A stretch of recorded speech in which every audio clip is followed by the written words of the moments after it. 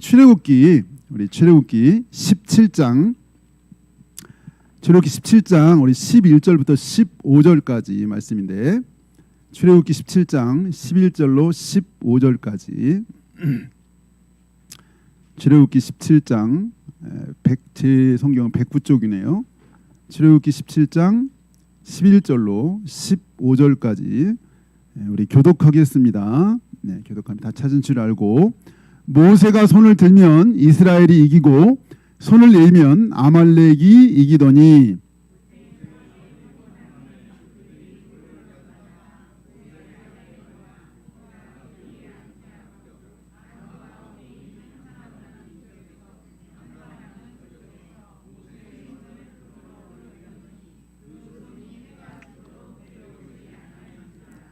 여호수아가 칼날로 아말렉과 그 백성을 쳐서 무찌르니라.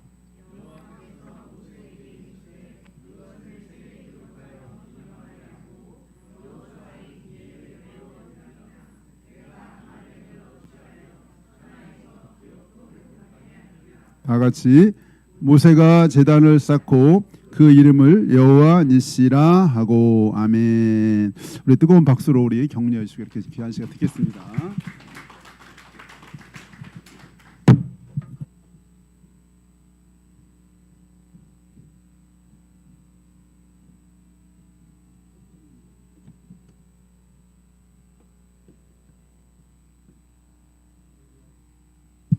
할렐루야, 반갑습니다. 울지 말아야 되는데 큰일 났습니다. 이게 참 많은 분들이 너무 저희들 힘들 시간에 기도해 주시고, 저희가 160일 입원해 있었는데 기도 제목이 152회였더라고요. 그래서 그 많은 기도를 해주시고, 때로는 이제 새벽 기도에서, 때로는 이제 뭐 가족 모임에서 기도해주신 그 은혜를 저희가 평생 잊을 수가 없을 것 같고요. 그래서 그런 뜻에서 일단 우리 같이 힘을 북돋아 주신 우리 성도분들 한 분 한 분께 감사드리는 시간을 가져야 되겠다는 마음이 사실 굉장히 컸습니다. 그래서 잘 안 들리나요? 조금 소리를 제가 원래 소리가 좀 작아가지고 목소리가 좀 작아가지고, 예, 그래서 그런 어떤 일이 그 병원에서 있었는지 하는 부분을 여러 성도님들께 보고 드리는 마음으로 이 자리에 섰습니다. 감사드리는 마음이고요. 무엇보다도 제가 그 중환자가 돼 보니까 그전에는 보이지 않던 많은 사람들이 보이고, 환자가의 삶도 제가 직접 겪어보니까 또 보이고, 환자를 돕는 옆에서 일한다고 해야 되나, 옆에서 돕는 보호자가 어떤 심정이고, 또 어떤 그러니까 뭐 환자를 위해서 이제 옆에서 뭐 침대를 정리하고 또 뭐 필요한 뭐 음식을 준비하고 뭐 이러는 보호자의 심정, 그전 같으면 그런 게 보이지 않았을 것 같은데 이제 그런 게 보이게 되더라고요. 그래서 그런 뭐랄까 새로운 게 보이기도 하고, 또 인생이 무엇인가 이런 것도 생각을 많이 하게 되고, 그래서 여러 가지 제가 느낀 점이 많은데 그걸 얘기하면 밤을 새도 다 못할 것 같아서 오늘은 이제 하나님이 하신 일이 무엇이었는가, 하나님이 어떤 일을 하셨는가만 말씀을 드리고 싶습니다. 전에 제가 한번 이제 간증했던 이 자리에서 제가 간증할 때 어떤 얘기를 했었냐면 하나님이 저에게 베풀어 주신 은혜가 너무너무 커서 더 이상 바랄 게 없다. 제가 그런 얘기를 했었던 적이 있었거든요. 근데 사실 그랬어요. 하나님이 많은 은혜를 주시고 귀한 자녀도 아들들도 주시고 가족도 또 저에게 직장도 모든 것이 저에게 너무 풍부해서 저는 족하고 지금 죽어도 족하고 더 이상 바랄 게 없다 이런 얘기를 했었는데 하나님께서는 아니다. 그 다음 스텝이 있단다. 이렇게 해서 그 다음 스텝으로 저를 인도하신 것 같습니다. 마치 그 욥에게 하나님께서 고난을 허락하셨던 것처럼 제가 그 심장이 워낙 좀 약간 부실했었는데 그 저의 그 젊을 때 한번 검사 받았는데 괜찮았어. 구멍은 있지만 뭐 사는 데는 이제 지장 없어요. 이렇게 일본에서 제가 검사를 받았을 때 그런 진단이었기 때문에 저는 그냥 괜찮은 걸로 생각하고 생활을 했었는데 뭐 운동도 뭐 아침마다 수영도 하고 그래서 제 건강에는 전혀 이상이 없다고 생각했었는데 재작년에 이제 건강 검진을 받다 보니까 심전도가 좋지가 않아서 심장에 대한 자세한 그 검사를 받으면 좋겠다 이렇게 말을 듣고 작년 그 초에 이제 고혈압 검사부터 해서 고혈압이 좀 생기기 시작했기 때문에 고혈압 검사부터 해서 심전도하고 그 심장 초음파하고 이렇게 쭉 검사를 하기 시작했는데 심장 초음파 검사에서 구멍이 있다는 게 이제 구멍이 있다는 건 저도 그 전에 생각했었는데 구멍이 뭐 한 2cm 가까이 되는 크기의 구멍이 있어서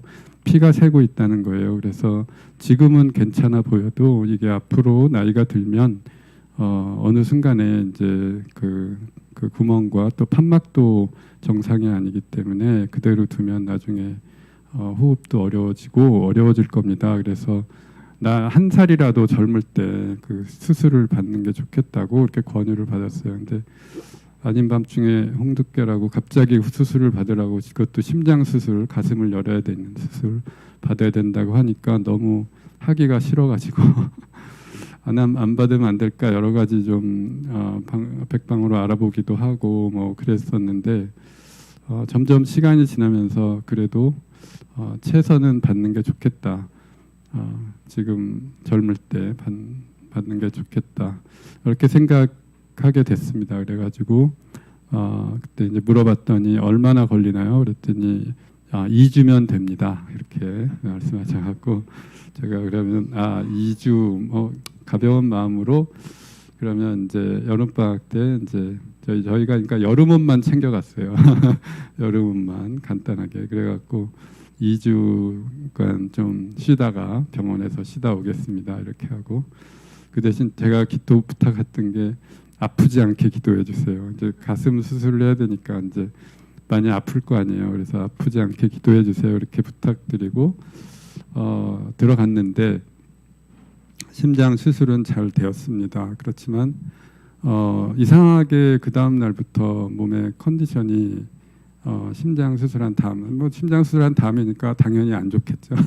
당연히 안 좋겠지 이렇게 저도 생각을 했고 그래도 뭐 걸어야 된다 그래서 걷고 또 뭐 호흡기 운동 해야 된다 그래서 호흡기 운동하고 이렇게 하고 있었는데 점점 몸이 이상해지는 거예요. 그다음에 설사가 나오기 시작하는데 설사가 이게 보통 그 전에 겪었던 설사가 아니에요. 그러니까 보통은 한 번 설사하고 아니면 또 2번 정도 하고 나면 그 다음은 안 나오는데 이게 계속 1시간 정도의 간격으로 계속 10번이고 막 이상 나오는 거예요. 그래서 진짜 이상하다. 나도 이상하다고 생각을 했는데 집사람이 이게 안 되겠다 싶어가지고 이제 담당 교수님을 이제 부르게 됐는데 그때 담당 교수님이 오고 저의 이제 동맥 혈압을 재더라고요. 동맥 혈압을 재더니 갑자기 중환자실로 환자를 옮겨 이렇게 했어요. 그래가지고 제가 중환자실에 영문도 모르고 들어갔는데 중환자실에 들어갈 때쯤 되는 완전히 저의 그 기력이 완전히 바닥이 났던 것 같아요. 그래서 이렇게 그 테이프 끊기는 현상이 그 이제 블랙아웃이라고 하는데 테이프 끊기는 거예요. 그리고 눈을 감으면 환상이 보여요. 눈을 감으면 환상이 보이고 눈을 뜨면 중환자실이에요. 그러니까 잠은 제가 일주일 이상 잠을 안 잤다고 해요. 의사분이 그 담당 교수님이 집사람한테 전화해서 교수님 이렇게 잠을 안 주무세요 평소에? 이렇게 얘기를 했다고 하는 걸 보면 제가 잠을 자지는 않은 것 같아요. 근데 저로서는 그냥 꿈꾸는 듯이 눈을 감으면 환상이 보이는데 이렇게 유럽의 굉장히 화려한 그 쇼핑몰의 그 막 그런 영상 그런 모습들이 이렇게 쑥 지나가 거리가 이렇게 쑥 지나가고 또 한 번은 환상에 이렇게 미국 서부 시대의 그 기차역에 제가 서 있는 거예요.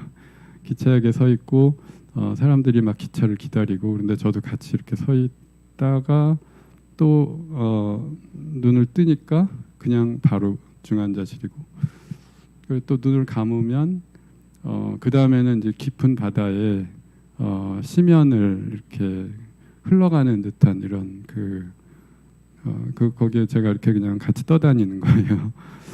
쭉 떠다니는 그런 환상이 그냥 보여요. 그냥 눈을 감으면 보이고 눈 뜨면 그냥 중환자실이고.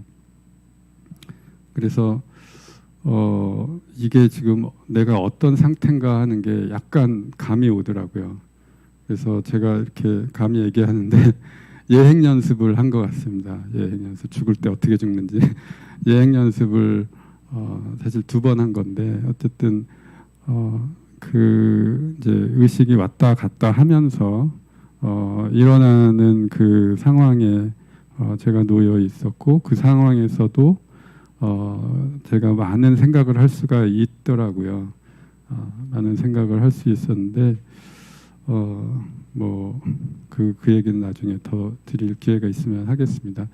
근데 어쨌든 그때 제가 딱 느꼈던 게 내가 죽지는 않았구나 그렇게 느꼈고 하나님이 나를 데려가실 생각은 지금 없으신가 보구나 이렇게 제가 생각했습니다. 그러고 나니까 안심이 되더라고요. 데리고 갈 거였으면 이번에 데려갔지. 뭐 사실 가도 상관없는데 뭐 이러면서 그래. 근데 이제 그때 내가 이제 이번 일로 죽을 일은 아닌가 보다. 하나님이 어쨌든 왜 이렇게 하시는지 모르지만 내가 살아 있구나 하는 걸 알게 됐고. 그러니까 다행히 아들이 이제 의료진이라서 이제 보통 가족은 중환자실에 면회가 일주일에 한 번밖에 안 되는데 이제 아들이 면회를 왔어요. 내 상태가 지금 어떠니 이렇게 물어봤더니 아빠 진짜 힘든 싸움을 이기셨어요 이렇게 얘기하더라고요. 그래서 그 당시에 제가 혈압이 40 이하로 내려가서 그러니까 혈압이 점점 이제 그러니까 이게 그 수술 후에 감염이 된 거예요. 이름 모를 병균에 감염이 돼서 균이 다 퍼지니까 이제 몸이 기능을 잃어버리면서 몸에서는 이제 그 균에 대항하기 위해서 이제 그 면역 체계가 작동을 하면서 그걸 이제 폐혈증이라고 하거든요. 이제 폐혈증 증상이 온 거예요. 그래서 폐혈증이 되면 이제 몸의 주요 장기들이 공격을 받는데 이제 뇌, 간, 뭐 심장 그리고 콩팥 뭐 이런 주요 장기들이 공격을 받는데 장기들의 공격의 그것을 수치로 나타내는데 1단계에서부터 5단계까지 하는데 보통 2단계 이상이 한두 개 있으면은 중환자라고 본대요. 근데 저는 평균이 3단계였어요. 그러니까 그때 그냥 죽어도 이상하지 않은 전혀 확률적으로 이상하지 않은 그런 상황이었는데 저한테는 이제 그렇게 얘기를 했고요. 아들이 진짜 힘든 싸움을 이기셨어요. 그러니까 혈압이 40 밑으로 내려갔다가 아들이 온 그때는 50이 된 거예요. 네, 50까지 회복.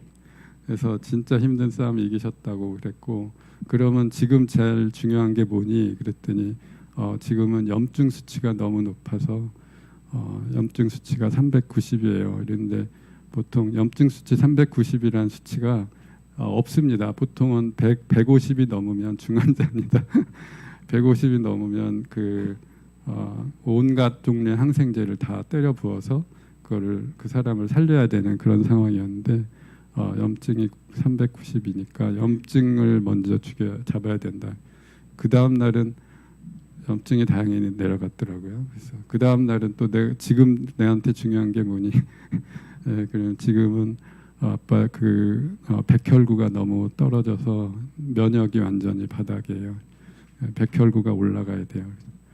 그래 알았다. 그렇게 백혈구를 위해서 기도하고 뭐 이런 식으로 하루하루 그 다음 날에 혈소판이 바닥을 찍었어요. 뭐 이런 상황이 이제 저한테 있었습니다. 그래서 저는 그때 제가 요나의 물고기 뱃속이라고 생각했어요. 여기는 요나의 물고기 뱃속이다. 하나님 언제 토해내실라나?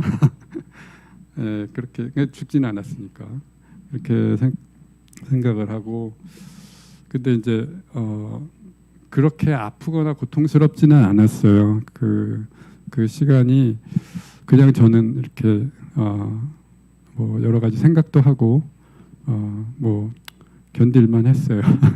힘들긴 했어요. 그러니까 이거 죽자니 죽는 것도 힘들고 살자니 사는 것도 힘들구나. 이런 생각을 하기는 했는데요. 그래도 중환자실에서 버티고 있었는데 신기하게 찬양이 들리는 거예요. 제가 간증했던 것처럼.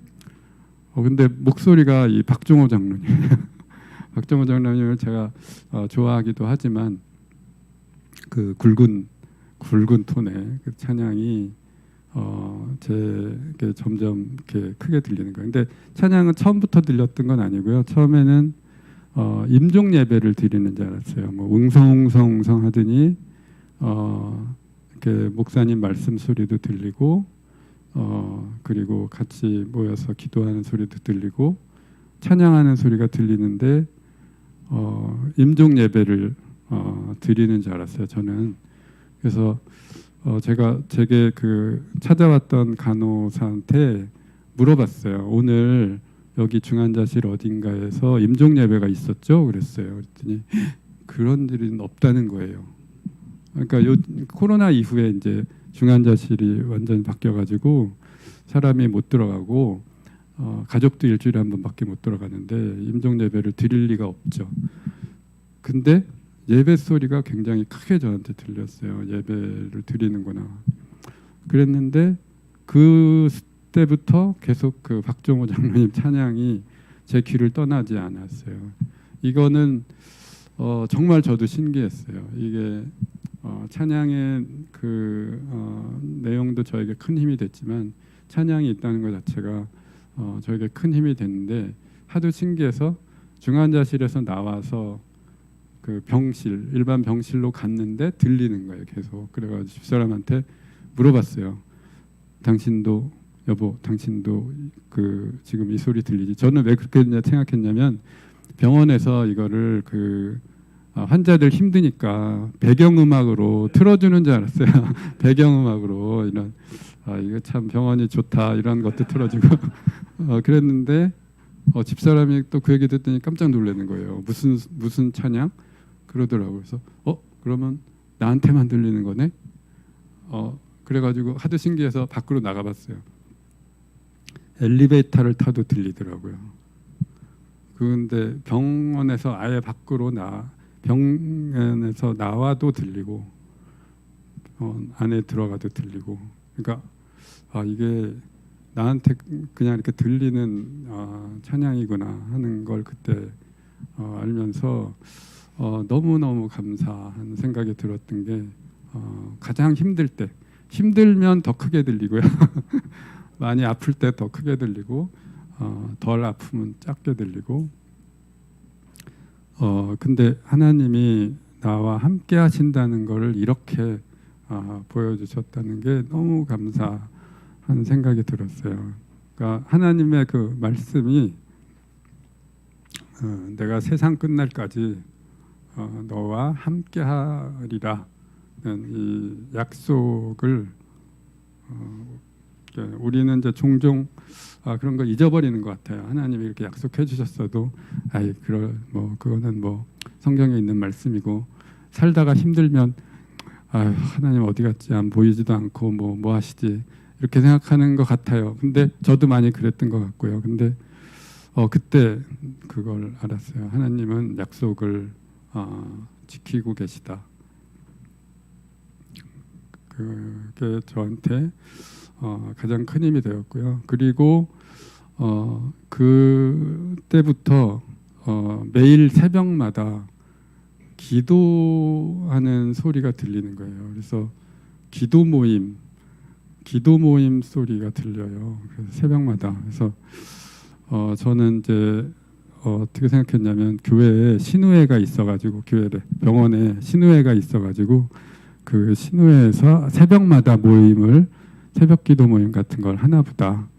그래서 보니까 거기서 말씀도 전하시는 것 같고 막 기도하시는 것 같고 그래서 새벽마다 이런 기도회가 있네 그랬는데 그것도 저한테만 들린 거더라고요.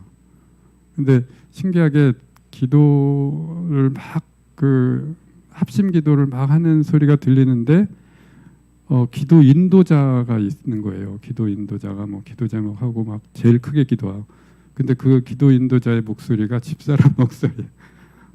네. 그래서 우리 집사람하고 비슷하네. 이런 사람이 있나 그랬는데 나중에 보니까 그런 소리 자체가 없었던 거예요.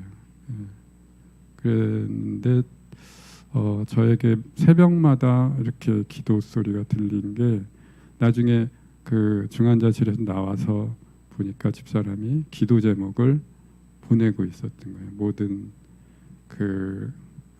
교회 성도분들에게 보내고 그리고 집사람이 알고 있는 지인들, 선교사들 그리고 그 어성경 어성경 모임의 그 멤버들 이런 분들한테 기도 제목을 보내서 그분들이 다 기도를 해주시고 계십니다. 그러니까 전 세계적으로 기도의 네트워크가 형성이 돼서 기도를 해주신 거예요. 그러니까 저 한 사람을 위해서 이렇게까지 하나님이 많은 사람을 동원하셨나? 그게 나중에는 잘 이해가 되지도 않기도 했는데 어쨌든 그 기도 덕분에 제가 그 하루하루 아까 말씀드린 그런 고비를 넘길 수 있었다고 생각이 됐는데요. 그러니까 중환자실 나오니까 집사람이 뭐라고 그랬냐면 저한테 여보 이 싸움은 아말렉 전쟁이래. 반드시 완벽하게 이길 거래요. 이렇게 저한테 얘기를 하더라고요. 그래서 저는 아말렉 전쟁하면 제 머릿속에 떠오르는 거는 모세가 손을 들면 이기고 손 내리면 밀리고 이것만 제가 알고 있었어 가지고 이 아말렉 전쟁이 얼마나 심각한 전쟁인지 저는 몰랐는데 집사람은 알고 있었. 성경에 보면 아말렉과 싸움이 출애굽기에서 시작해가지고 에스더서에서 끝나는 전쟁이거든요. 에스더의 하만이 아말렉 민족이어서 하만이 그 이스라엘 모든 민족을 다 몰살당할 뻔했죠, 그죠? 몰살당할 뻔할 그때까지의 그 전쟁이기 때문에 지긋지긋하게 끝나지 않는 그런 전쟁이라는 거를 저는 몰랐어요. 저는 몰랐고 집사람은 그 생각은 했지만 그 얘기를 저한테 차마 하지 못하고 그렇지만 아말렉 전쟁인데 하나님이 완벽하게 내가 아말렉을 없이 하여 천하에서 기억도 못하게 하리라. 이 말씀이 출애굽기에 있는 그 말씀을 얘기하면서 완벽하게 이길 거라고 그렇게 얘기를 했고, 그렇지만 싸움은 기도로 싸워야 된다 하는 거를 저에게 알려주신 것 같아요. 그래서 그 말씀을 붙들고 이제 기도를 할 수가 있었고요. 힘들 때도 그 말씀이 그래, 아말렉 전쟁 언젠간 끝이 나겠지, 언젠간 끝이 나겠지, 이렇게 생각을 했습니다. 그러니까 요나의 물고기 뱃속에서 나왔을 때, 제가 이제 중환자실에서 나온 거죠. 중환자실에서 나왔을 때 저는 이제 고통이 끝난 줄 알았어요. 이제 지금부터 회복해서 한 2주쯤 있으면 태어나겠지, 이렇게 생각했는데 그게 아니었어요. 그게 그때부터는 광야의 삶이 기다리고 있었던 것 같습니다. 그래서 제가 그 중환자실에서 나오고 난 다음에 그 MRSA라는 균이 있거든요. MRSA라는 메치실린 리지스턴트 스타필로코커스 아우레우스라고, 저는 이제 되게 익숙한 균인데 그 균이 항생제의 내성균으로 가장 유명한 항생제 내성균이에요. 그러니까 항생제를 써도 듣지 않는 균인 거죠, 일반 항생제로는. 그래가지고 그 균이 온 몸에 그 혈액을 통해서 온 몸에 다 퍼진 거예요. 그러면서 두 번째 폐혈증이 왔어요. 두 번째 폐혈증이 오면서 그때도 이제 테이프 끊기고 테이프 계속 끊기다가 눈을 뜨니까 중환자실이더라고요. 다시 중환자실에 돌아왔구나. 예, 그러면서 그 이제 이 균을 없애기 위한 그 싸움이 이제 그때부터 시작이 됐는데 수술실에 제가 29번 들어갔습니다. 그러니까 처음 수술이 이제 첫 번째 카운트 빼면 이 균과의 싸움이 28번의 그 수술실, 그 중에서 그 7번은 그 전신 마취, 나머지는 부분 마취, 그런 싸움을 하게 됐는데 제가 그 광야라고 생각했었던 이유는 하루하루가 너무 힘든 거예요. 하루하루가. 그러니까 제가 저를 어떻게 표현했냐면 전쟁터에 그 총탄이 쏟아지는 그 2차 세계대전 노르망디 상륙작전 기억하시나요? 거기 그 전장에 쓰러져 있는, 총을 맞고 쓰러져 있는 부상병 같다. 제 자신이 그렇게 제가 느껴졌어요. 부상병이고 물론 이제 제가 혼자 있는 거 아니고 간호사, 의사, 많은 구급 그 병들이 저를 도와주고 있었고, 그렇지만 제가 할 수 있는 일이 아무것도 없고 총 맞고 쓰러져 있는 부상병이 뭘 내가 이 상황에서 뭐 할 수 있을까? 근데 너무 그 힘들기도 하고 상황이 좋아지기도 하고 나빠지기도 하고 한치 앞을 알 수 없는 그런 상황이라는 생각이 들어서 그때 제가 할 수 있는 거는 할 수 있는 거는 그냥 버티는 거예요. 그래, 버티기는 할 수 있겠다. 그래서 내가 지금 해야 될 일은 버티는 거다. 이 또한 지나가리라. 그런 생각으로 그 시간을 보낼 수가 있었습니다. 근데 참 마음은 굉장히 많이 요동을 쳤어요. 그러니까 막 주님 살려주세요. 막 힘들어요. 너무 이렇게 되면 어떻게 될지 모르겠어요. 뭐 이런 불안한 마음도 생기기도 하고, 마치 그 왜 마태복음 14장에 보면 베드로가 무리를 걷잖아요. 무리를 걷다가 주변을 보니까 물살이 막 치니까 파도를 보고 물에 빠지죠. 물에 빠지니까 막 살려달라고 발버둥 치죠. 그런 저의 모습이었어요. 물에 빠져서 살려달라고 발버둥 치는 그런 상황이 막 진행이 되는데 신기하게 누군가 손을 잡아주신 거예요. 그러니까 그런 예를 들면 이제 구토, 이게 물도 마실 수가 없을 정도로 구토가 나고, 그러니까 밥을 못 먹죠. 못 먹으니까 체중이 52kg까지 내려가고, 막 피골이 상접하고, 그리고 뭐 아무것도 못 먹겠는 거예요. 그래서 이렇게 영양사실에서 찾아왔더라고요. 영양사실에서 찾아왔어요. 환자분 좀 드셔야 됩니다. 이러고 하도 안 먹으니까. 그런데 어느 날 이제 병원식이 나왔는데 사실 병원 음식은 좋아요. 객관적으로 보면 너무 좋은 뭐 맛있는 음식들인데 저는 하나도 못 먹겠더라고요.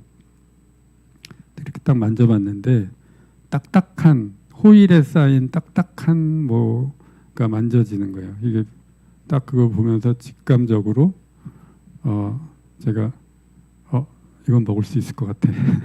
그래가지고 열었더니 배더라고요.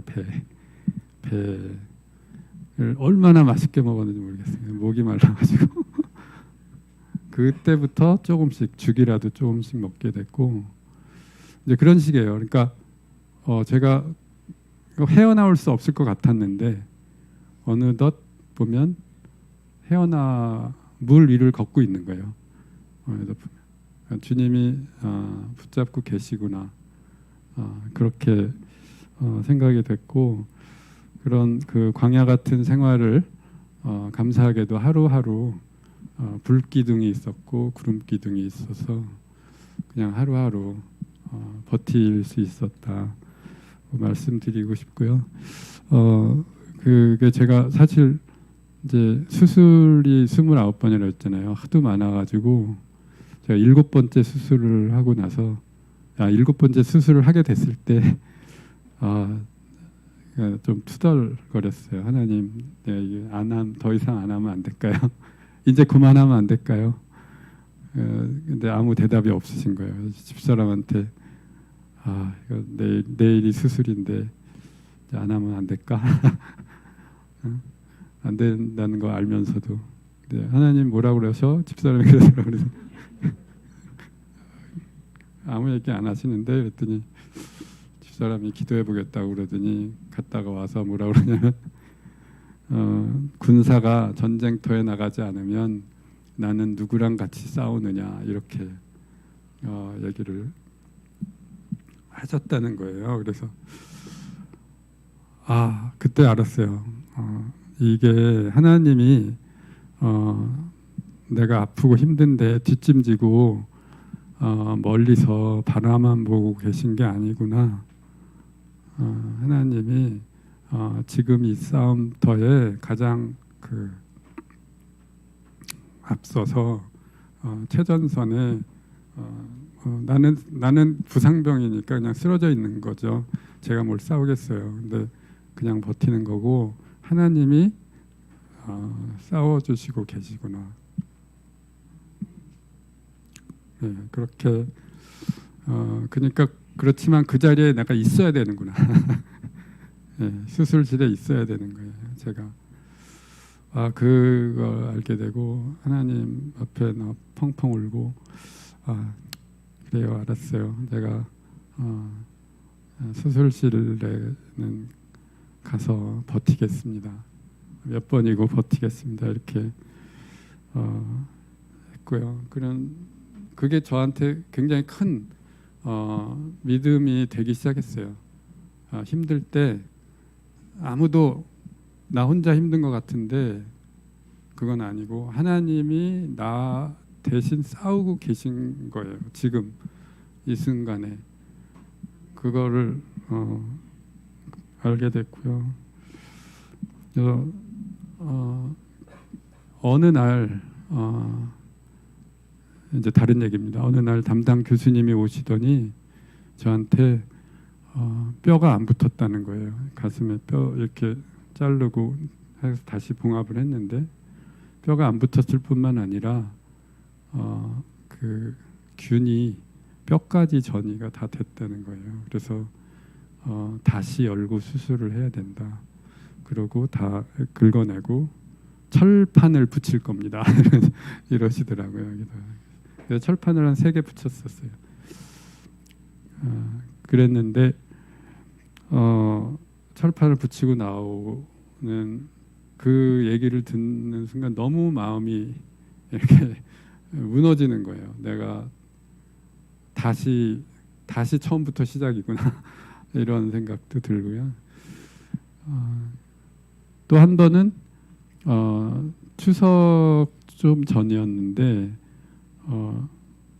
균 검사인데 균이 안 나오니까 음성이 나오니까 의사 선생님이 너무 좋아하면서 균이 음성이 나왔다고 추석 때 퇴원해도 되겠다고 그래서 퇴원을 추석 때는 집에 가셔야죠 뭐 그러면서 그러니까 9월 달이죠 9월 달에 집에 보내주시겠다고 그래서 저희는 아직도 걱정인데 그래도 뭐 괜찮다니까 그런 줄 알고 좋아했고 저도 사실 집에 가고 싶어가지고 병원은 떠나고 싶고 막 그래갖고 막 가고 너무 그랬는데 아들이 그러는 거예요. 그거 이렇게 간단한 문제가 아닌데요. 그렇게 짧게 끝날 거라고 보면 안 될 것 같다고 그렇게 얘기를 했는데 막상 퇴원 날짜가 잡히고 퇴원을 하라는 거예요. 근데 퇴원을 해도 되는지 막 걱정이 은근히 되면서 그날 아침에 그 아들이 그 수치를 보고 저한테 연락을 했더라고요. 아빠 염증 수치가 78이에요. 그래서 78만 해도 되게 높은 거거든요. 지금 평소에가 0.5 밑에요. 78이라서 퇴원하더라도 집에 가지 말고 그 근처에 어디 호텔 같은 데 머물고 있다가 균이 다시 퍼지고 있는 증거니까 다시 응급실로 와야 될 거라고 그렇게 얘기를 하더라고요. 근데 의사 선생님은 퇴원하라고 그러지. 그래서 그때 그냥 아무 생각 없이 얼씨구 좋아라 그러고 퇴원했으면 추석 연휴에 길 막히고 그런 그 가운데 들어갔으면 다시 병원에 입원도 못하고 그랬을 텐데 마침 그날 그 오전 11시쯤인가 그때 균 검사 결과가 양성으로 나와서 교수님이 그거를 보게 된 거고 그러고 나서 그러면 퇴원 취소. 원래 퇴원은 아침 9시 정도에 하거든요. 빨리 간다고. 근데 우리는 버텼어요. 왜 버티게 됐는지 뭐 하여튼 그 상황이 좀 되게 애매하게 돌아가면서 버텼는데 균 취소되면서 돌이켜 보니까 그때 퇴원했으면 진짜 위험했겠구나 하는 생각이 든 거죠. 이제 그런 시기예요. 그런 식으로 하나님이 마치 롤러코스터 타듯이 그런 그 오르락 내리락하고 상황이 살아있는 게 당연한 게 아닌 그런 상황에서도 하나님은 일하고 계시다는 것을 보여주셨고요. 마치 그 오케스트라의 지휘자가 지휘를 이렇게 하면은 저쪽에서 비올라도 움직이고 뭐 플룻도 불고 뭐 이렇게 하잖아요. 그런 것처럼 하나님이 모든 걸 이렇게 다 의사도 간호사도 이렇게 움직이시는 게 이제 그때부터 느껴지기 시작하는 거예요. 야, 이건 하나님이 하시는 거지. 의사도 자기가 보는 그 시각 그 이외에는 할 수가 없기 때문에 하나님을 의지하지 않고는 이거는 방법이 없는 거다. 그렇게 생각이 됐습니다. 그래서 유일하게 이제 하나님을 의지하는 그런 마음을 그 기도를 좀 배우게 된 것 같고요.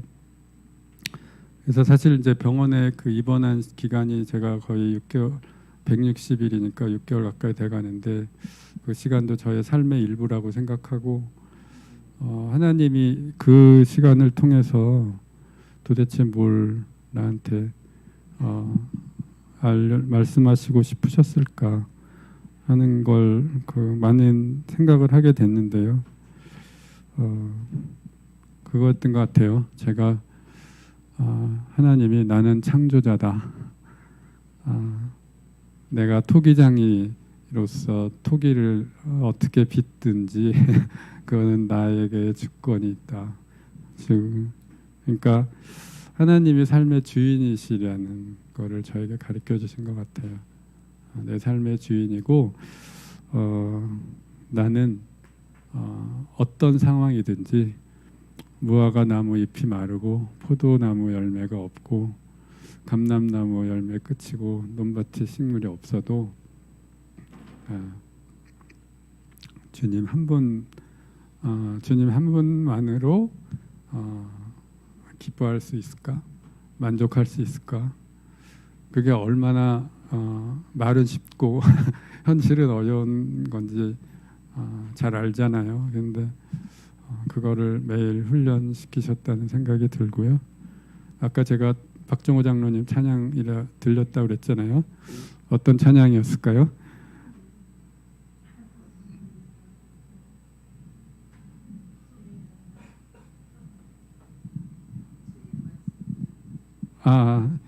그게 사실은 박정호 장로님이 부른 찬양은 아니었더라고요. 근데 가사가 주님 마음 내게 주소서 이 찬양이었어요. 보소서 주님, 나의 마음은 선한 것 하나 없습니다. 그러나 내 모든 것을 주님께 드리오니 사랑으로 안으시고 날 새롭게 하소서. 주님 마음 내게 주소서. 이 찬양이 저에게 이제 인생 찬양이 됐습니다. 그러니까 그런 시간을 통해서 아픔을 통해서 주님을 마음을 조금 이해하게 되는 것 같고요. 그리고 제가 앞으로 살아가는 삶이 마치 라이언 일병 이야기에 보면 라이언 일병이 다른 사람들의 많은 희생을 통해서 살고 나서 자기 부하한테 물어보거든요. 나는 지금 이제 잘 살았나? 내가 어떻게 살아야 되나? 이런 걸 물어보는데요. 저에게도 비슷한 그 경험이 있었는데요. 병원 앞에 지나갔는데 어떤 제가 모르던 여자분이 저한테 갑자기 인사를 굉장히 반갑게 하시면서 아유 많이 좋아지셨네요. 이제 제 2의 인생을 사셔야지요. 이렇게 얘기를 하더라고요. 그래서 내가 그렇죠. 제 삶을 사는 것 같아요. 그렇게 답을 했는데 주님의 마음을 갖고 살으라는 주님께서 주시는 그런 메시지를 들었던 것 같습니다. 제 얘기는 여기까지만 하고 저희 집사람이 이어서 조금 하도록.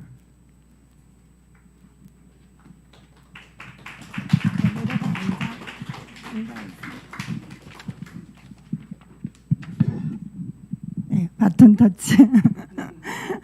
이제 집에 가실 줄 알았는데 다시 시작이죠. 네, 남편이 간증한 이제 중간 중간에 제가 또 그 부분에서 저는 이제 보호자의 입장이고 이제 남편은 환자의 입장인데 저희가 부부로 살은 지가 35년이 됐어요. 근데 그 35년이라는 시간 중에 지난 160일 아니죠. 이제 이번 주 7월 24일이 사실 딱 1년 됐어요. 저희가 작년 7월 24일에 병원에 입원했고 7월 27일에 첫 수술이 시작이 돼서 이제 꼬박 1년이 된 거예요. 1년 만에 아직도 남편은 독립을 못하고 저희는 여전히 붙어 다니고 있는데요. 그러니까 1년 동안 사실 둘이 같이 진짜 하나가 돼서 부부라는 게 하나라고 하셨지만 그동안은 각자의 삶을 진짜 막 분주하게 살아오다가 진짜 하나처럼 살았던 시간이 지난 1년이었던 것 같아요. 그래서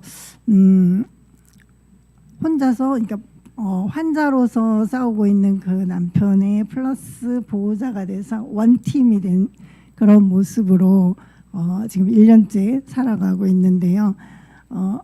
진짜 남편이 첫 수술을 하고 중환자실을 나온 이틀 만에 다시 중환자실로 되돌아가는 이제 그 짧은 시간 동안에 정말 사람이 이럴 수도 있어라는 걸 느꼈던 것 같아요.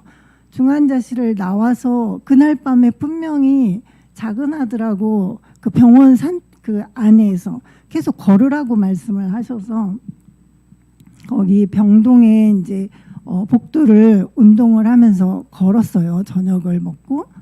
그랬던 사람이 정말 하루 만에 완전 다시 축 늘어지면서 의식이 깜빡깜빡 정말 자기가 이게 대화가 안 되는 거예요. 끊기고 잠깐 돌아왔다 또 끊기고 그래서 제가 지금 이게 무슨 상황이지 정말 너무 놀래고 근데 교수님이 급하게 오셔서 이 사람을 다시 중환자실로 돌려보내는 그 순간 제가 딱 느꼈던 거는 이 사람이 오늘 밤을 넘길 수 있을까? 그거였어요. 오늘 밤을 이 사람이 넘기고 내가 이 사람 중환자실로 들어갔는데 살아있는 모습을 내가 다시 볼 수 있을까? 진짜 이거는 이 사람을 중환자실로 딱 들여보내고 문 닫히잖아요. 그 앞에 앉아 있는데 완전 제가 넋이 나간 것처럼. 근데 그때 이제 작은 애랑 며느리가 급하게 이제 병원으로 거기 중환자실 앞으로 왔는데 작은 애도 그때 상황을 말을 못해요. 저한테 제 표정을 설명을 애가 못할 정도로 제가 완전 넋이 나간 얼굴로 그리고 이제 그게 이제 시작이 됐어요. 남편의 이 투병이 저희는 정말 간단하게 끝나고 집에 올 거라고 저도 여름 옷 몇 가지만 딱 들고 갔고 남편은 뭐 병원에 가서 환자복 입고 있을 테니까 입고 간 옷 그거 한 벌밖에 없었거든요. 정말 가벼운 마음으로 잠깐 갔다가 이 더운 날에 뭐 에어컨 빵빵 나오는 병실에서 잠깐 있다가 돌아가면 되지. 진짜 이 마음으로 갔다가 이제 그날부터 시작이 됐는데 처음부터 160일을 채우고 나갈 거야 라고 했으면 아마 못 견뎠을 것 같아요. 진짜 숨이 막혔을 것 같은데 이렇게 길어질 줄 몰랐기 때문에 정말 하루하루를 살다 보니 그렇게 시간이 됐어요. 그래서 그날 이 사람을 중환자실로 이제 보내고 나니까 중환자실에서 다시 안내를 받기를 근처에 계시고 연락하면 그러니까 상황이 되면 연락하겠다. 그래서 제발 중환자실에서 연락이 안 오기를. 근데 이제 저를 혼자 호텔에 그 근처 호텔에 남겨놓고 작은 애 부부가 이제 자기들도 다음 날 근무해야 되니까 가려고 하니까 도저히 발이 안. 엄마 표정이 완전 제가 넋이 나간 표정에 이 엄마를 거기다가 혼자 두고 갈 수가 없었던가 봐요. 그래서 얘네들이 그냥 며느리가 저희 그냥 자고 갈게요. 그래서 내일 아침에 어떻게 가려고. 근데 걔네들이 거기 근무지까지 2시간을 가야 되는데 그때 괜찮다고. 그래서 이제 호텔에서 전 같이 아빠를 이제 보내고 같이 이렇게 있는데 그날 이제 그 작은 애가 그러는 거예요. 사실은 엄마 아빠가 굉장히 위중해요. 그래서 마음 단단히 먹으시고 어려울 수도 있어요. 그러니까 마음 각오를 단단히 하셔야 돼요. 이 얘기를 하고 그리고 이제 제가 그 기도 편지는 굉장히 정말 감정을 실지 않고 끝까지 기도 편지는 그렇게 보냈잖아요. 근데 이제 다음 날 아이들을 보내고 제가 새벽에 이제 얘네가 일찍 출발을 했고 제가 그날 하나님 앞에서 이제 밤새 사실 그렇죠. 남편이 지금 어떤 상황인지 모르니까. 근데 다음 날 이제 새벽에 하나님 앞에 앉았는데 진짜 말이 한마디도 안 나오는 거예요. 뭘 어쩌라고 하시는 건지. 또 제가 이 순간 어떤 모습이어야 하는지 그러고 하나님 앞에서 엎드려서 기도하기 시작했는데 하나님이 이 말씀을 주셨어요. 저 말씀을 읽고 또 읽고 또 읽고 묵상하고 했어요. 그리고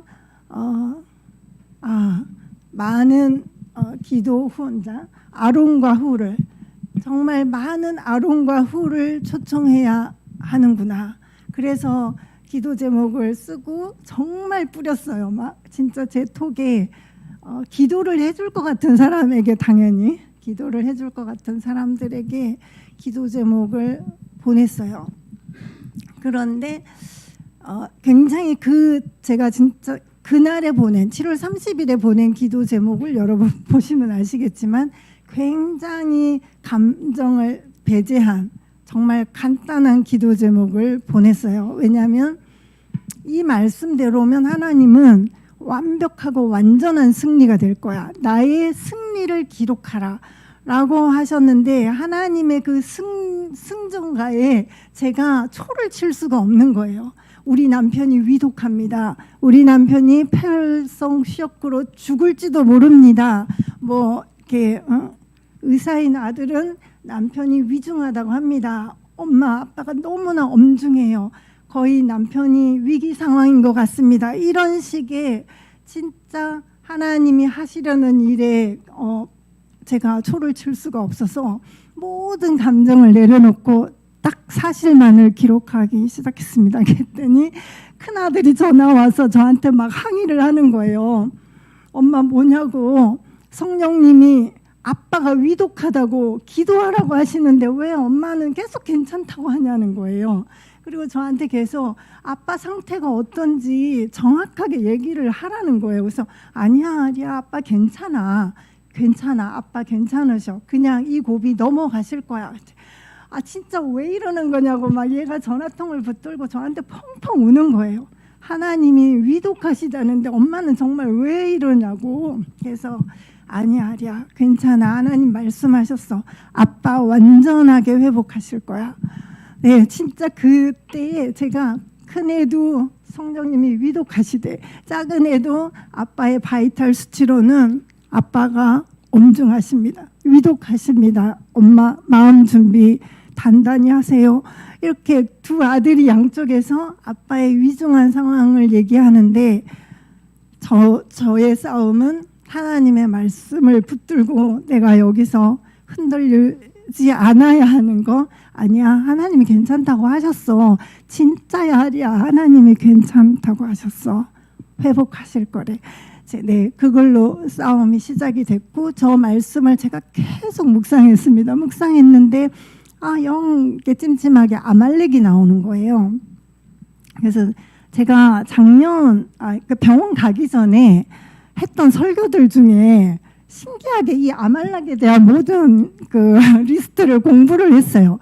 그러니까 이스라엘이 출애굽할 때 아말렉이 덮친 장면, 그 다음에 사울과 아말렉의 싸움, 다윗과 아말렉의 싸움, 하만과 에스더의 싸움. 제가 여기까지 주일날 아침 일부 예배 설교했단 말이에요. 그래서 제가 누구보다 아말렉과의 싸움이 얼마나 지긋지긋한 이스라엘의 싸움이었는지, 이 자들이 아말렉이 얼마나 이스라엘을 괴롭힌 자들이었는지, 그래서 하나님이 이 아말렉을 정말 이름도 없이 이 지구상에서 사라지게 할 것이다 라는 하나님의 결심을 말씀하셨던 민족인지를 제가 설교를 했기 때문에 사실 너무나 그게 되게 생생한데 하필 그 아말렉인 거예요. 그래서 차마 남편에게 아까 말한 것처럼 첫 번째는 얘기를 못하고 딱 감염이 확산되기 시작하는 거예요. 두 번째 쇼크가 왔을 때 제가 남편한테 그랬어요. 자기야, 아말렉 싸움은 쉽게 안 끝날 수도 있어.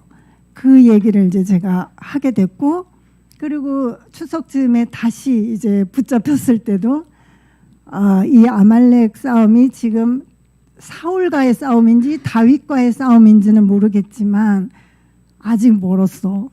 아직 더 싸워야 될 것 같아. 그래서 참 진짜 하루가 남편에게는 너무 힘든 시간, 정말 매일매일 이벤트가 있었기 때문에 제가 그거를 기록해서 기도 제목을 보냈잖아요.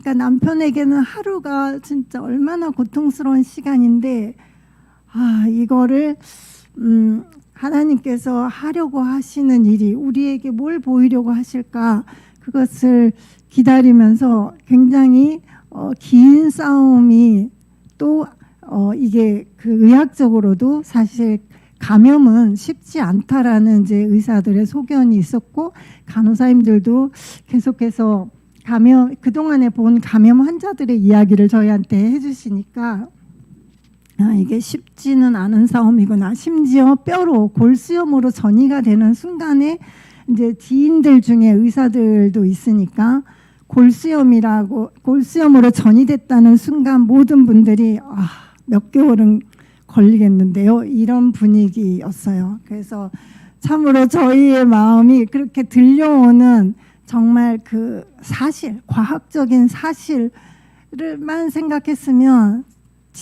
이미 마음이 지쳐서 더 이상 싸움을 못했을 것 같은데 그런데 유일하게 저희가 붙들 수 있었던 거는 하나님의 말씀이었던 것 같아요.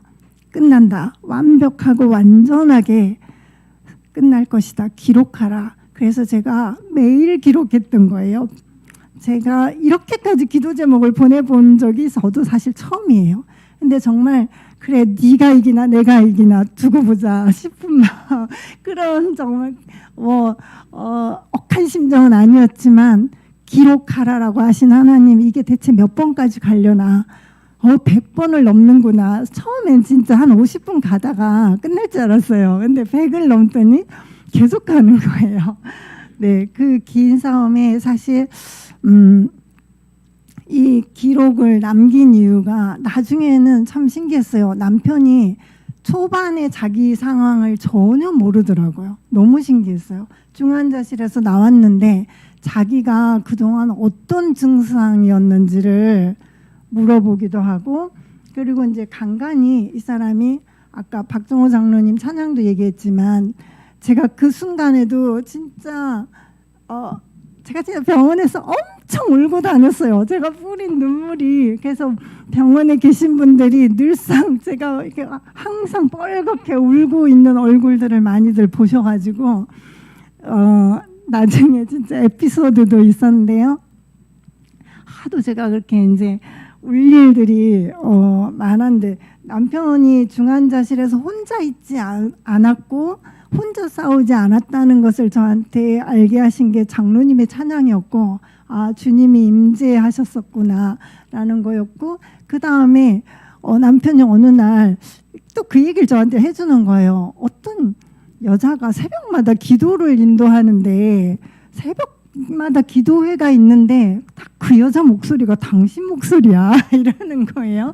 그래서 제가 그날도 왈칵 정말 눈물이 터졌어요. 하나님이 우리가 기도하고 있는 것을 남편에게 듣게 하셨구나. 영어로 이 모든 게 다 전달되는구나. 그것도 정말 너무 감동이었고요. 한편으로는 이제 그렇게 많은 분들이 저한테 새벽 기도마다 기도하고 있습니다. 정말 많은 분들이 새벽 기도 얘기를 많이 하셨었는데 남편이 신기하게 새벽 시간마다 그랬대요. 새벽마다 기도하는 소리가 들렸었다. 그래서 이게 저는 이제 기도회 인도를 그래도 좀 자주 하는 사람인데 우리가 이렇게 현장에 모여서 하는 기도를 주로 합심기도 모여서 기도하자 이렇게 함께 기도하는 이런 것들은 현장에 같이 있는 경우를 합심기도라고 하지 이렇게 정말 전 세계에 흩어진 네트워크를 통해서 기도하고 있는 것도 제가 기도회를 인도했다고 남편이 얘기하는 걸 듣고는 이렇게 내가 이렇게 메일로 뿌린 기도 제목도 하나님은 우리를 한 팀으로 봐주시는구나. 전 세계에 흩어져 있어도 이 한 팀의 기도 군사라고 우리를 인정해 주시구나 라는 부분을 남편의 그 얘기를 들으면서 딱 이렇게 그렇게 기도가 이루어지는 거였구나. 하나님의 눈에는 그가 어디에 있거나 우리가 한 마음으로 한 곳에서 기도한 모여 있는 이것뿐만이 아니라 그런 거였구나. 그래서 진짜 제가 그때부터 보내서 오는 기도 제목, 또 저희도 병원에 있지만 기도 제목을 받았는데 보내서 오는 기도 제목을 남편과 둘이서 또 같이 중보를 계속 해 갔었고요. 그러한 좀 새로운 중보 기도에 대한 눈을 하나님이 열어주셨어요. 그리고 이제 또 한 가지는 두 번째로 남편이 제일 힘들었던, 입원 중에 힘들었던 부분은 먹는 문제였어요. 아까도 얘기했지만 한 달 만에 남편이 3번째 수술을 하게 됐는데 가슴을 딱 열었는데 나오셔서 교수님이 급하게 이제 저희 병실로 오셔가지고 나중에 설명하시면서 영양실조라는 거예요. 이제 첫 수술 이후 지금 한 달이 지났는데 남편이 영양실조에 걸려서 뼈가 붙지 않았다. 그러면서 첫 번째 수술부터 알부민 주사를 계속 한 번도 띈 적이 없다는 거예요. 영양제를. 그것도 고농도의 영양제를 한 번도 띈 적이 없는데 영양실조에 걸렸다. 그래서 뼈가 붙지 않는다는 거예요. 그러면서 먹어야 된다. 자기 입으로 먹어내야 된다. 얘기를 하시면서 그때 남편의 뭐 전해질 수치도 다 엉망이 된 거예요. 나트륨 수치도 너무 낮아서 이제 막 밤새 소변을 쏟아내는, 그래서 잠을 못 자고, 그런데다가 이제는 영양이 부족해서 뼈도 붙지 않고, 그러니까 무조건 드셔야 됩니다라고 얘기하는데 그 얘기가 저에게는 이제 불가능해요. 아니 이렇게 토해대는 사람을 계속 토하는데요. 아니 지금 죽도 한 모금 겨우 삼킬까 말까 삼켰다가 토해내는 이 사람한테 고기를 먹으라는 거예요. 알부민 수치를 올리려면 무조건 소고기 드셔야 됩니다. 이렇게 했는데 아니 이 사람이 뭘 고기를 어떻게 먹으라는 건지. 그래서 진짜 저에게는 이거는 우리가 해결할 수 있는 일이 아니야. 근데 막 너무 그때 슬픈 거예요. 뭐를 먹여도 씹어내지 못하고 삼켰는데 제가 막 억지로 그래도 먹어야 돼. 먹어야 뼈가 붙을 거 아니야. 근데 진짜 영양실조에 걸리니까 온몸에 거풀이 한 거풀 다 벗겨지더라고요. 제가 깜짝 이거 왜 이러냐고 제가 놀라서 간호사님한테 이 사람 발부터 막 온몸이 벗겨져서 이 왜 이렇게 거풀이 다 벗겨지냐고 그랬더니 영양실조는 원래 그래요. 이렇게 말씀하시더라고요. 그래서 완전히 애기 살처럼 전체가 다 벗겨졌어요. 벗겨졌는데 제가 이 일을 어떻게 해결해야 될지, 아니 어떻게 먹이냐고. 근데 진짜 겨우 제가 억지로 먹어야 된다고. 그래서 한 모금을 어찌어찌 먹이면 그걸 다시 다 토해내는 거예요. 그러면 지켜보면서 이 일을 대체 어찌 해야 될까. 네, 그랬는데 정말 놀랐어요. 하나님이 어떻게 이 사람을 위해서 대신 싸우시는지 그때 정말 많은 분들의 그 사랑을 저희가 직접 경험하게 됐었는데 원무원님 중에 병원 안에 계신 분 중에 그분은 순복음교회 다니신다고 하더라고요. 그분이 그러시는 거예요. 계속 새벽마다 전용호님을 위해서 기도하게 되고 하나님이 기도를 계속 자기에게 시키셔서 기도를 했는데 갑자기 그 자기가 좀 예전에 너무 힘들었을 때 자기도 정말 음식을 못 삼켜서 그렇게 죽을 지경이었던 적이 있는데 그때 자기가 먹었던 그런 이제 그 영양탕 비슷한 거였는데 그거를 갑자기 그 생각이 나서 사왔다고 하시면서 퇴근하시고 그 음식을 사러 직접 가셨다가 그거를 가지고 다시 병원을 찾아오신 거예요. 그러면서 근데 못 드실 수 있으니까 한 3인분 정도만 사왔다고 하시면서 가져오셨는데 진짜 거의 토하고 아무것도 못 먹던 사람이 뭐 그걸 먹는 거예요.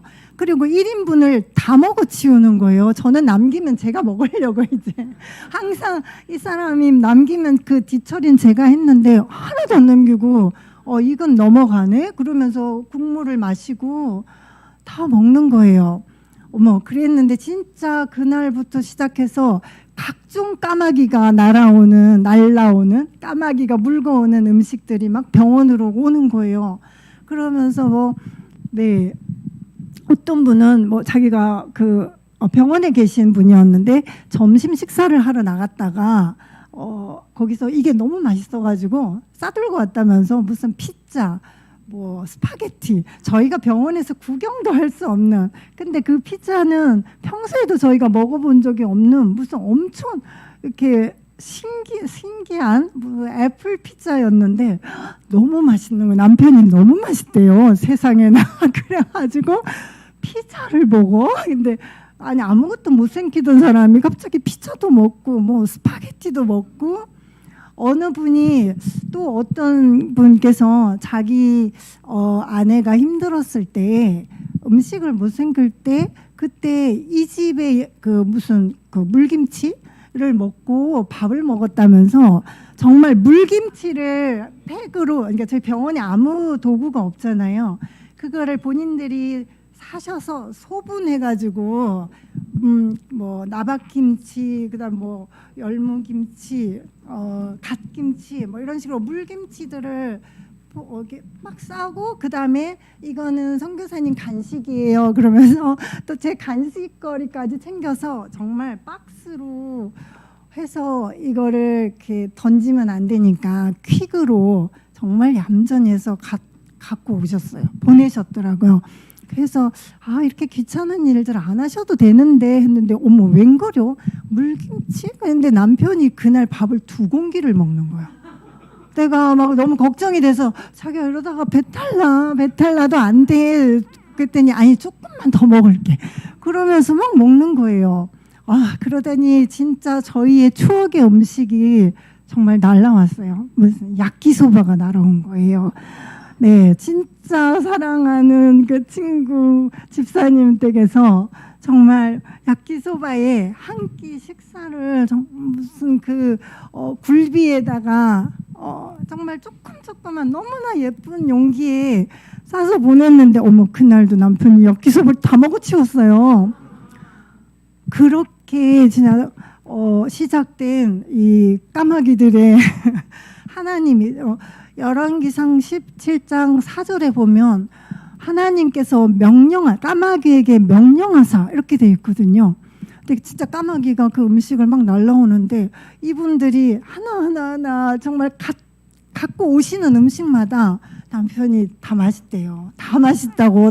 그렇게 먹기 시작하니까 드디어 전해질 수치들이 막 자리를 잡기 시작해요. 그래서 나트륨도 그렇게 떨어져서 꼼짝을 않더니 진짜 안 올라가요.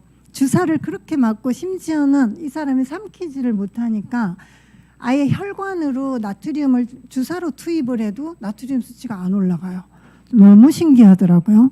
근데 이 사람이 밥을 먹기 시작하니까 나트륨 수치가 막 팍팍팍 올라가기 시작하고, 퇴원할 때는 정상 수치를 딱 받고 퇴원하게 됐어요. 그렇게 정말 많은 분들의 사랑으로 남편의 가장 어려운 숙제, 제가 도저히 병원에 있으니까 뭘 음식을 제가 만들어줄 수도 없고 저희가 절대 해결할 수 없는 가장 어려웠던 그 문제를 하나님이 각종 정말 전국의 광양에서 그걸 반찬을 싸들고 오신 분도 계셨고요. 전라도 광양. 근데 진짜 전국에서 음식들이 날라오면서 우리 남편이 그걸 어떻게 먹을 줄 아시고, 네, 그렇게 남편의 식사 문제가 해결이 됐습니다.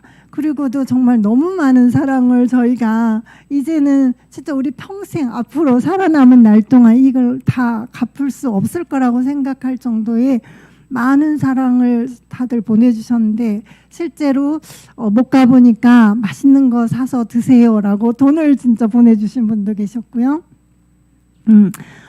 택배로 저희 집으로 막 선교사님만 드세요. 이거는 간호하는 사람도 잘 먹어야 돼. 그래서 남편 주시지 말고 선교사님만 꼭 드세요. 이렇게 또 택배로 보내셔가지고 이제 저희 애가 올라오면서도 싸들고 잔뜩 한 짐씩 저희한테 이제 갖다 주기도 했고요. 네, 거기에다가 정말 피를 섞었던 형제자매들, 저희 친형제자매들, 그리고 정말 교회 성도님들, 그 주변에 있는 우리 저희의 지인들, 믿는 분이나 믿지 않는 분이나 정말 상관없이 너무나 많은 사랑을 저희들에게 부어주셔서 저희가 진짜 우리가 뭔데 이렇게까지 사랑받는 사람이 됐을까? 하나님이 아니고서야 우리를 뭘 보고 이렇게까지 우리를 사람들이 사랑하고 섬겨줄까? 그런 마음, 그런 생각들을 많이 갖게 한 그런 시간이었고요. 제가 152번의 중보기도를 보냈는데 어떤 날은 그런 생각이 드는 거예요. 이게 스팸이면 완전히 이거는 폭탄이고 이거는 진짜 너무 괴롭히는 건데 기도 안 하시는 분에게 이 152번에 정말 너무나 남편의 힘든 상황들만 나열한 이 힘든 기도 제목을 받아드는 분들이 심지어 우울해지지 않을까, 그게 이제 걱정이 되기도 할 정도의 굉장히 내용이 좀 그랬잖아요. 근데 저의 이제 그러한 우려들을 하나님께서 이렇게 좀 불식시켜 주셨던 것들이 이제 이게 30번이 되고 40번이 되고 50, 60 가면서 어떤 분이 이제 하나씩 이렇게 문자를 보내주시면서 선교사님 저 매일 기도하는 사람이 됐어요. 저 이렇게까지 하루도 안 빠지고 기도해 본 적이 없는데 맨날 작심삼일 기도하다 말고 이거를 번복했는데 저 매일 어느 날 보니 기도 제목이 편지가 40번째네요. 저 하루도 안 빠졌어요. 그러더니 60번이 되니까 저 60일 동안 기도했어요. 저 100일 동안 기도했어요. 이러더니 나중에 마지막 편지를 제가 보냈을 때 그 자매가 저한테 저 이제는 기도할 수 있어요. 저 이미 훈련이 돼서 매일 기도하고 있어요. 이렇게 이제 기도 제목 안 보내주셔도 선교사님 부부를 위해서 매일 기도하겠습니다. 이런 내용을 보내주신 분도 있고요. 또 어떤 분은 정말 본인이 한 달, 두 달 이렇게 기도하다가 하나님에 대한 신뢰, 기도 응답에 대한 신뢰를 잃고 기도의 방향을 잃어버렸다가 정말 이렇게 끝없이 정말 하나님만 바라보고 나아가는 기도 제목을 받으면서 다시 한번 좀 마음을 돌이키게 되는 회개의 기도를 하나님께 드렸다. 고맙습니다. 이렇게 보내주신 분도 있었고 심지어는 교회를 다니지 않는 분이었는데요. 제가 기도 제목 언젠가에 예수님의 이름으로 기도를 부탁드립니다. 라는 문구를 하루 넣었어요. 그랬더니 이분이 굉장히 당황이 되셨나 봐요. 자기는 교회 안 다니는데 그동안은 그냥 마음으로 빌고 이렇게 했는데 예수님의 이름으로 어떻게 기도해야 되는 거지? 어떻게 하는 게 예수님 이름으로 하는 기도인지 자기 모른다는 거예요. 몰라서 자기 주변에 교회 다니는 친구에게 물어봤더니 그 친구가 그랬대요. 그거 교회 나와야 배울 수 있는 거야. 이렇게 말했대요. 그래서 자기가 어쩔 수 없이 그래서 교회를 나가게 됐대요. 근데 그런 분이 진짜 두 분이나 계세요. 그래가지고 제가 이제 저희가 퇴원하고 나니까 저한테 하루 그래요. 자기 그래서 교회 간대요. 네. 그래가지고 뭔 이런 전도도 있나. 너무 신기했어요. 그래서 그 152번의 기도 또 어떤 분들에게는 어떤 일들이 있었는지 저희에게 전해주신 분도 있고 또 저희가 모르는 분도 계시지만 참으로 하나님은 그냥 자기 하실 일을 계속 하시는 분이시구나 이런 생각을 중보기도를 통해서 좀 배우게 됐고요. 시간 많이 갔는데 어떡하죠? 네, 한 가지만 더 할게요. 저희가 병원에 160일 있으면서 정말 열심히 배웠던 게 염려에서 벗어나는 훈련이었던 것 같아요. 진짜 이게 정말 마음을 졸이고 숨을 쉴 수가 없게 해요. 말이 29번이지 남편을 29번 수술실 앞에서 이별하면서 제가 그 앞에서는 엄청 밝게 자기야 파이팅! 이렇게 하고 딱 문이 닫히는 순간 막 펑펑 눈물을 쏟고 그리고 이제 그 수술실 앞에서 시간을 보내게 되는데 그래서 그러니까 침대 이송하셨던 기사님들 뭐 간호사님들 오고 가다가 교수님 첫 번째 남편의 수술을 하고 나오셔서 저한테 설명하시는데 제가 눈물을 막 펑펑 쏟았어요. 수술은 잘 됐습니다. 소리를 듣는 순간. 근데 교수님 그게 너무 특이했는지 다시 이제 남편한테 들어가서 회복실에서 남편한테 그랬대요. 사모님께서 너무 많이 우시던데요? 그랬다는 거예요. 근데 그 다음부터 제가 맨날 우니까 이건 뭐 어서 봐도 제가 눈이 뻘겋게 울고 있고 이러니까 아예 이제 그 다음부터는 교수님은 아 저게 그냥 일상이구나 이렇게 이제 생각을 하셨어요. 그 정도로 사실 굉장히 마음 아프고 진짜 한 몸인데 옆에서 그렇게 아픔을 당하고 고통스럽고 잠도 못 자 숨도 못 쉬어 이러는데 제가 그걸 지켜보고 있는 것도 와 이것도 쉽지 않더라고요. 그래서 돌아서면 울고 눈물 닦고 남편 앞에서는 짠 이렇게 자기가 괜찮아 이렇게 하면서도 또 울고 그렇게 막 시간을 보냈는데 그때마다 정말 이렇게 두려움이 밀려오고 그런 날들이 이제 있었죠. 그리고 이게 대체 언제 끝나는 거야? 언제까지라는 이런 염려들 그리고 음성입니다라고 했을 때 너무나 기쁜 거와 아 다시 양성입니다 했을 때 정말 이렇게 가라앉는 마음 음성 양성 음성 양성 이거를 끊임없이 들으면서 진짜 마음이 많이 이렇게 무너졌었는데 어느 날 제가 이렇게 열심히 찬양을 불렀어요. 주 예수 계신 곳이 그 어디나 하늘나라 이 찬양을 아침부터 계속 이렇게 부르는데 갑자기 하나님이 저한테 그러세요. 남이야. 그래서 여기가 천국이야? 이렇게 딱 물어보시는데 가슴이 철렁하면서 어머 큰일 났다. 집에 안 보내시려고 저러시나? 이래요. 여기가 천국이야? 그러시는데 제가 주 예수 계신 곳이 그 어디나 하늘나라라고 했잖아요. 병원에 예수님 계신데 지금 우리와 함께 계신데 그래 맞아요. 주님 여기가 천국이죠. 주님이 저와 계시니까 제가 이 대답을 해야 되는 타이밍이잖아요. 남이야 여기가 그래서 천국이야? 근데 그래서 제가 남편한테 그랬어요. 자기야 우리 집에 쉽게 못 갈 것 같아. 여기가 천국같이 행복하고 여기 있어도 밖에 있는 거와 마찬가지로 우리가 그렇게 주님만 계시면 됩니다. 주님만 계시면 여기도 천국이에요. 주님 괜찮아요. 우리 여기서 계속 있어도 돼요. 이 정도 수준이 안 되면 우리 집에 못 갈 것 같아. 그랬어요. 그래서 그날부터 기도를 바꿨어요. 주님 어떤 상황에서도 우리가 주님을 바라보고 행복하게 사는 법을 그리고 배우게 도와주세요. 이렇게 기도했는데 그러고 나니까 음성이면 어떻고 양성이면 어때요? 그냥 주님이 보내시는 그 테스트가 끝나지 않으면 여기서 나갈 수 없다라는 마음이 우리에게 있었고 그럼 이제 여기서 우리는 바깥이 병원 아닌 것처럼 하려면 어떻게 해야 될까? 그 얘기를 이제 둘이서 하면서 그날부터 오늘 이제 기도하기 시작. 하나님 오늘 우리에게 만나게 하시는 그 사람에게 저희가 무엇을 해야 하는지 가르쳐 주시고 주님이 우리를 이곳에서 오늘은 뭘 하면서 지내게 하실지 하나님의 마음을 우리에게 주세요.